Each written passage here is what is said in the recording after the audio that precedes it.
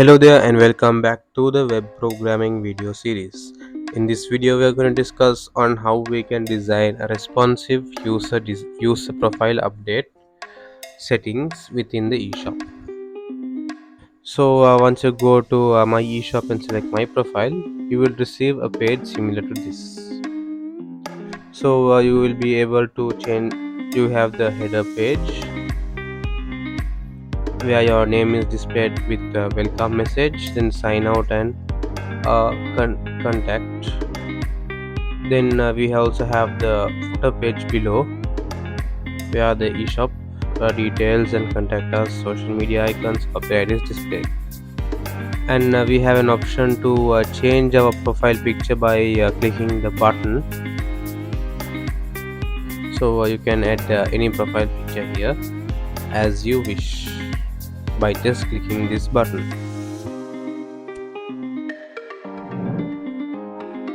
After that, when we talk about the profile settings, you can have the ability to change your first name, then you have the ability to change your last name, and then you can change your phone number, then your password.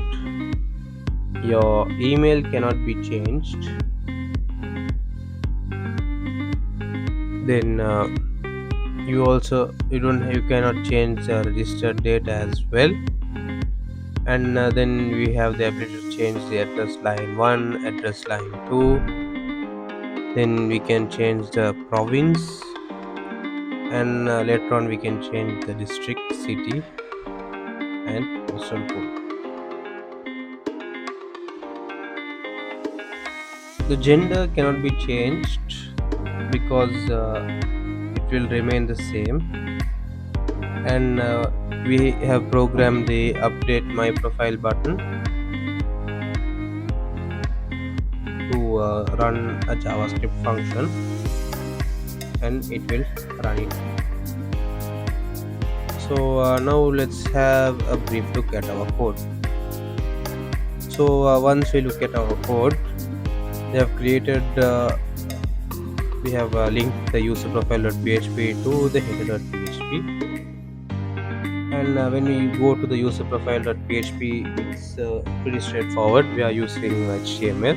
So then we have used a few styles as well, including Bootstrap, and then we have included our logo as well.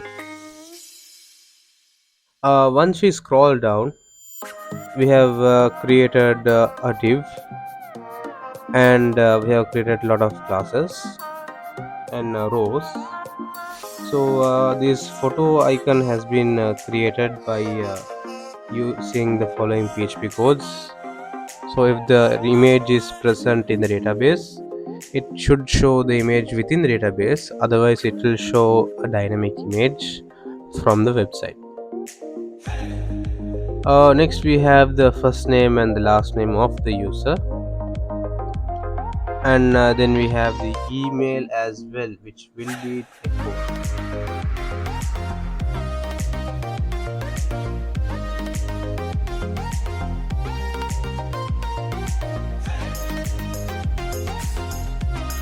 Then this is the email which is going to be echoed below the profile image,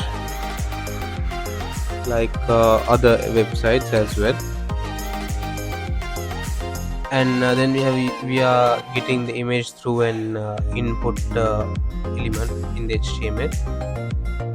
So we have linked this button to the input field, so that once the button is pressed, the input will be triggered. And now let's look at the input fields, like the first name, last name, e-mobile. So basically we are using a label and an input type, and we have given the value as the first name from the database, and even the password is showed within the user profile editing page.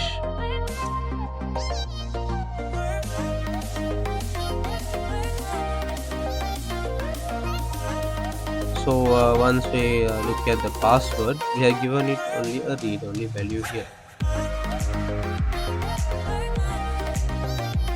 We have also given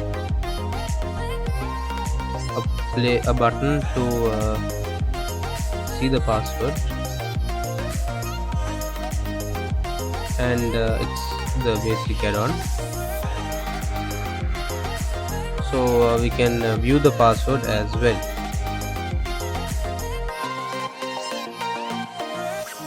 We have given the input type as password so that it will be shown as stars. Next, we are using the form control. So in each and every of these input fields, we are using the form control so that it uses the Bootstrap's form control in the input fields. And next, when we go to the email field, that is also pretty straightforward, and it is read only since it cannot be edited because the email is always static there. And then we have the registered date, which also cannot be changed.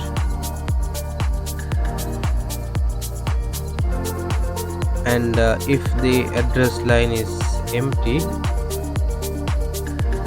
it will show nothing there. The input field will be empty, and if anything is there, if there is any data within the address line, then it will display the address within the input field.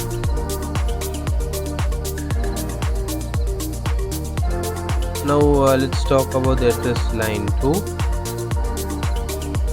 So the province. So now let's talk about the province. So the province is taken from the database, and it is appended into the options. So first we take the number of provinces, and we run everything, each and every province, through a for loop.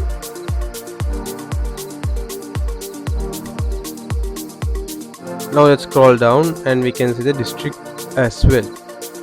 So we take the data from the district table, and then we use a for loop to display each and every district in the select keyword.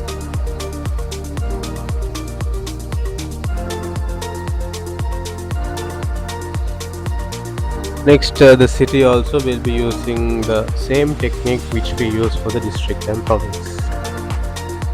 Let's go down, and then we have the postal code input field. So here also we have used if not empty postal code. We should display the postal code in the input field, otherwise it will show that the postal code is empty.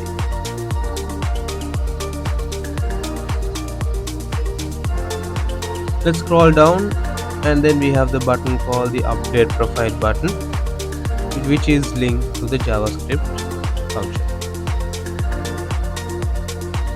So thank you for watching my video. We will meet in the next video.